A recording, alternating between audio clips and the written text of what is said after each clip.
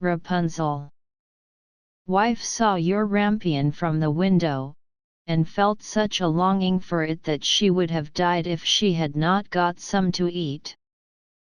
Then the enchantress allowed her anger to be softened, and said to him, "If the case be as you say, I will allow you to take away with you as much rampion as you will, only I make one condition: you must give me the child which your wife will bring into the world. It shall be well treated, and I will care for it like a mother." The man in his terror consented to everything, and when the woman was brought to bed, the enchantress appeared at once, gave the child the name of Rapunzel, and took it away with her.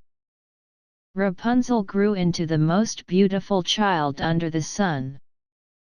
When she was 12 years old, the enchantress shut her into a tower, which lay in a forest, and had neither stairs nor door, but quite at the top was a little window. When the enchantress wanted to go in, she placed herself beneath it and cried, "Rapunzel, Rapunzel! Let down your hair to me." Rapunzel had magnificent long hair, fine as spun gold, and when she heard the voice of the enchantress she unfastened her braided tresses, wound them round one of the hooks of the window above, and then the hair fell 20 ells down, and the enchantress climbed up by it. After a year or two, it came to pass that the king's son rode through the forest and passed by the tower. Then he heard a song, which was so charming that he stood still and listened. This was Rapunzel, who in her solitude passed her time in letting her sweet voice resound. The king's son wanted to climb up to her, and looked for the door of the tower, but none was to be found. He rode home, but the singing had so deeply touched his heart, that every day he went out into the forest and listened to it. Once when he was thus standing behind a tree, he saw that an enchantress came there, and he heard how she cried, "Rapunzel, Rapunzel! Let down your hair to me." Then Rapunzel let down the braids of her hair, and the enchantress climbed up to her. "If that is the ladder by which one mounts, I too will try my fortune," said he, and the next day when it began to grow dark, he went to the tower and cried, "Rapunzel, Rapunzel, let down your hair to me." Immediately the hair fell down and the king's son climbed up. At first Rapunzel was terribly frightened when a man, such as her eyes had never yet beheld, came to her, but the king's son began to talk to her quite like a friend, and told her that his heart had been so stirred that it had let him have no rest, and he had been forced to see her. Then Rapunzel lost her fear, and when he asked her if she would take him for her husband, and she saw that he was young and handsome, she thought, "He will love me more than old Dame Gothel does," and she said yes, and laid her hand in his. She said, "I will willingly go away with you, but I do not know how to get down. Bring with you a skein of silk every time that you come, and I will weave a ladder with it, and when that is ready I will descend, and you will take me on your horse."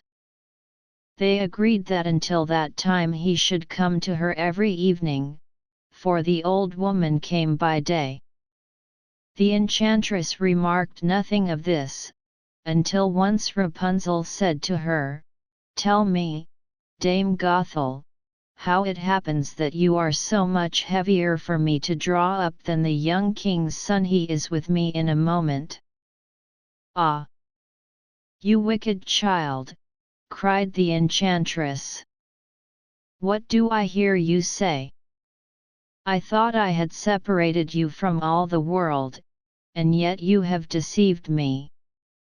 In her anger she clutched Rapunzel's beautiful tresses, wrapped them twice round her left hand, seized a pair of scissors with the right, and snip, snap, they were cut off, and the lovely braids lay on the ground.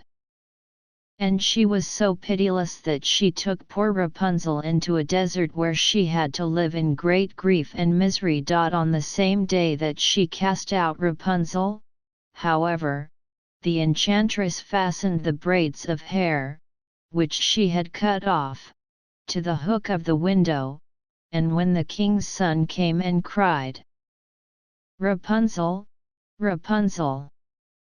Let down your hair to me!" she let the hair down.